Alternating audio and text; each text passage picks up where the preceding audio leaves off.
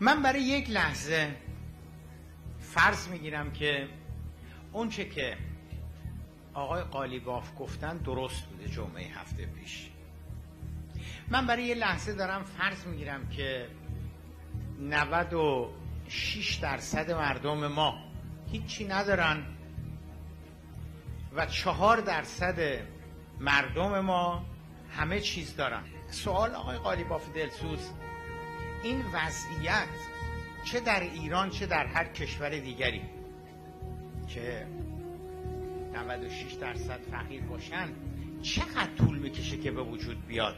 آقای قالیباف چجوری مثلا با آقای روحانی کار نداریم، چجوری یه حکومت یه نظام میتونه ظرف 3.5 سال ثروت مملکت رو همه رو بیاد بچپونه تو حلقوم 4%؟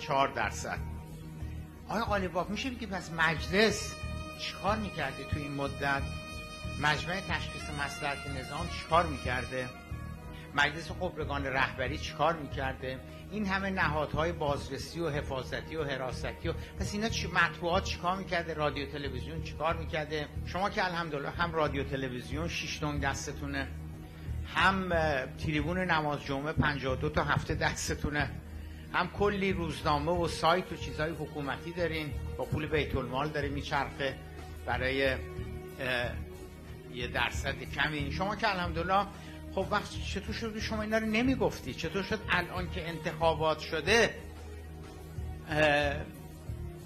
شما کشف کردی که این حالت به وجود آمده؟